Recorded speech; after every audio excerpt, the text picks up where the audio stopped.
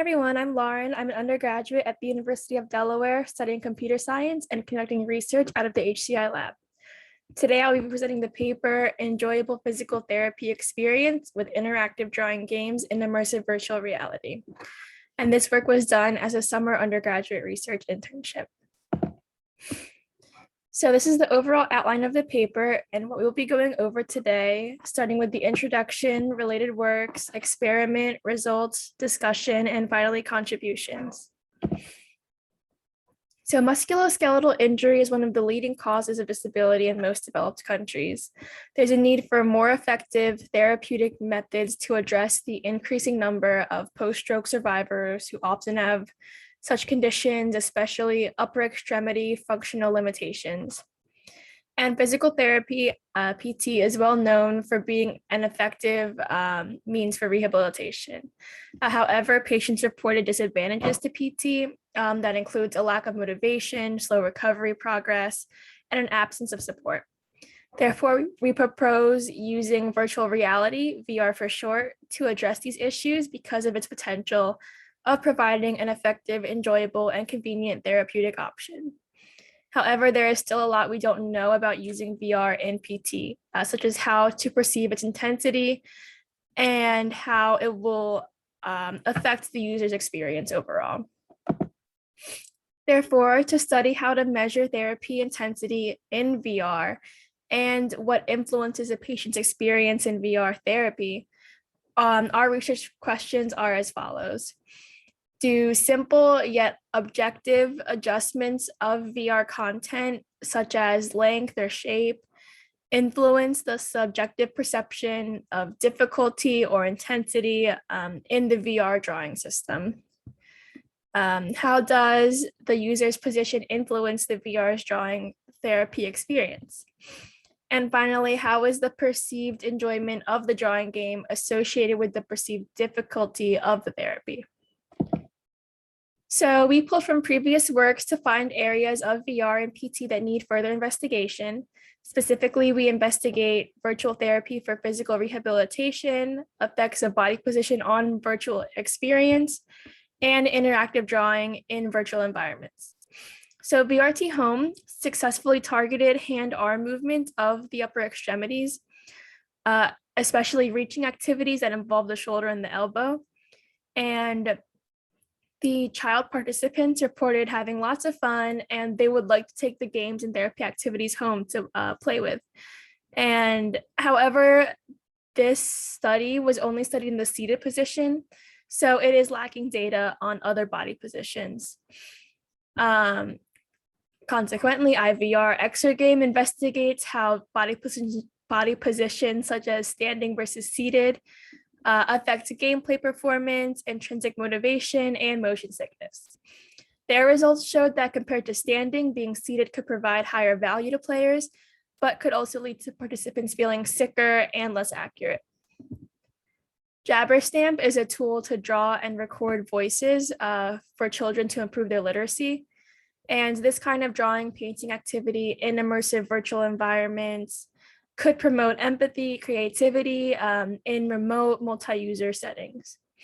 And finally, Tilt Brush is one of the most popular VR use cases as interactive drawing. And they allow users to change their virtual surroundings and sketch freely, and users really enjoyed the fact that they could create more accurate drawings through VR. However, for therapy applications, virtual art therapy has yet to be further studied, and this is the main goal of our research.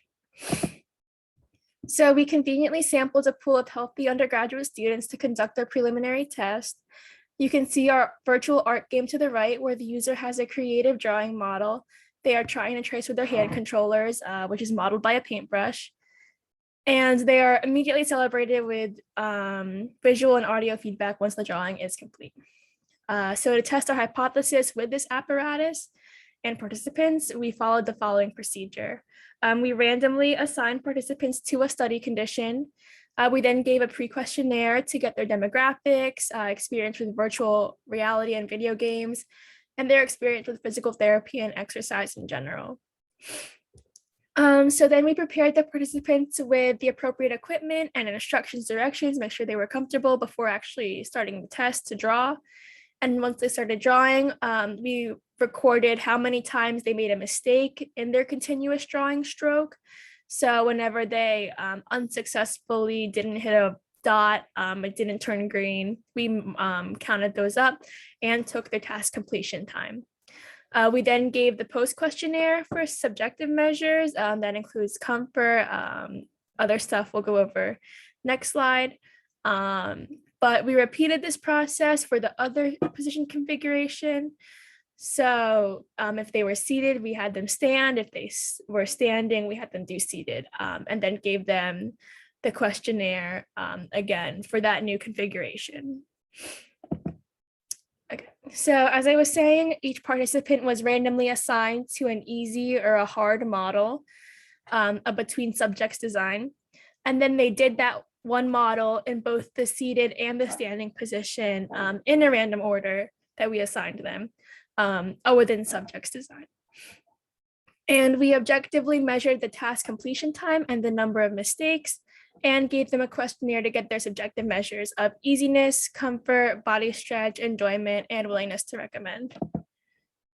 So for our experiment, where the chicken model has more dots than the fish model, we predict that participants' drawing performance will be reduced with the hard chicken model than the easy fish model. And we predict participants' perception of easiness and comfort will be improved with the easy fish content than the hard chicken content.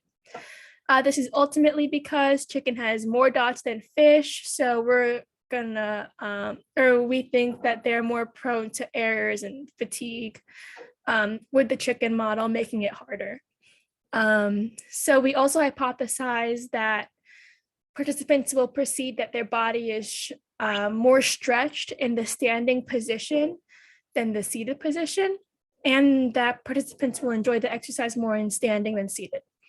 This is because we believe being standing encourages more body movement and has more freedom. So for the objective measures, task completion time, we did not find any significant effects.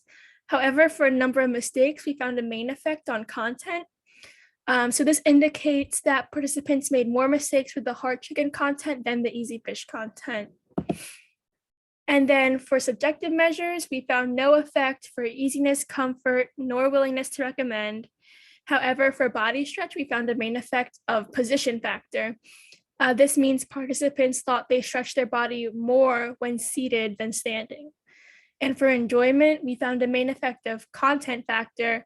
This indicates participants enjoyed the virtual reality drawing exercise with the hard chicken content compared to the easy fish content. So with our results, we found evidence in support of H1.1, which is our hypothesis that performance will be reduced with the hard model. With our results, we found participants made more mistakes when they drew the hard content than the easy content, supporting this claim. And for H1.2, where we hypothesized participants would perceive the easy content as more comfortable and easier than the hard content, we did not find any evidence as our p-value was greater than 0.05. These findings are interesting because there is a contrast in the objective and subjective measures, which could suggest that we can objectively change the duration and intensity of a therapy session through, changing the virtual drawing content, such as the levels between easy, hard, chicken, fish. So we can objectively change the intensity through changing the levels without compromising the user's sense of comfort, because ultimately there was no effect with the perceived level of comfort and easiness. So more work would definitely need to be done to find evidence of this possibility, but it really is lending itself to the advantages VR has in physical therapy. So for H2.2, we hypothesized a higher level of enjoyment for standing versus seated, considering the higher level of body involvement with standing. However, we actually found a main effect of the content factor instead of the position factor. So we observed that the small change of content, so from fish to chicken, easy to hard content could increase enjoyment score. For age 2.1, we hypothesized the participants would feel they stretched their body more standing than seated. However, we found they thought they stretched more seated. And the reason because their movements are more restricted in the chair, which encourage them to stretch their body more because of this restriction. And an example of that reporting is to the right. So to summarize, we present a creative VR art therapy game currently focused on rehabilitation for upper limb mobility. Being inspired by previous works, we investigate how drawing content and user position can influence users' performance and perception in the drawing exercise. With our preliminary experiment, where we use both objective and subjective measures, our results show that our VR art therapy game is effective for enjoyable PT. This has a lot of potential in customizing therapy to better the user experience and expanding to other forms of physical therapy, exercises, and other musculoskeletal injuries. And now I will open up to Q&A. Thank you so much.